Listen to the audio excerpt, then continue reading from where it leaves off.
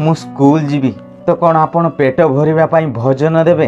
Guys ये हेउची सेही प्रश्न जोथिपाई कि प्राथमिक विद्यालय पिला मानकु आज मध्याह्न भोजन जोगई दिया जाउची। ए घटना हेउची 1960 रे जेतेबेले गरीब पिला पढ़िबा बदल रे काम करुथिले पेट पाई।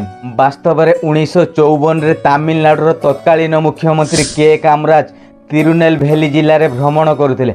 अचानक तांकर ध्यान रेलवे क्रॉसिंग पाखरे गाई चोरुथिबा पिलाटे उपरे पड़िला।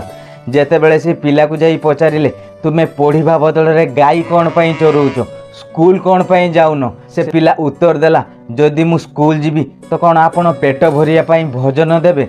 मु सेतेबेले पढ़ी पारिबी जेतेबेले मो पेट भरा रहिबो। पिलाटीर एई उत्तर कामराज को उपरे गभीर प्रभाव पकेला, कारण तांको बापा को मृत्यु पर घर चलेबा पई कामराज 11 वर्ष बयस रे अध्ययन छाड़ीथिले। एभली परिस्थिति रे ए समस्यार समाधान पई 1955 रे सरकार को सह मिसी मिड डे मील रो आरंभ कले। साधारण लोकर दुख एवं समस्या को बुझिबा लोक ही प्रकृत नेता होइथाय।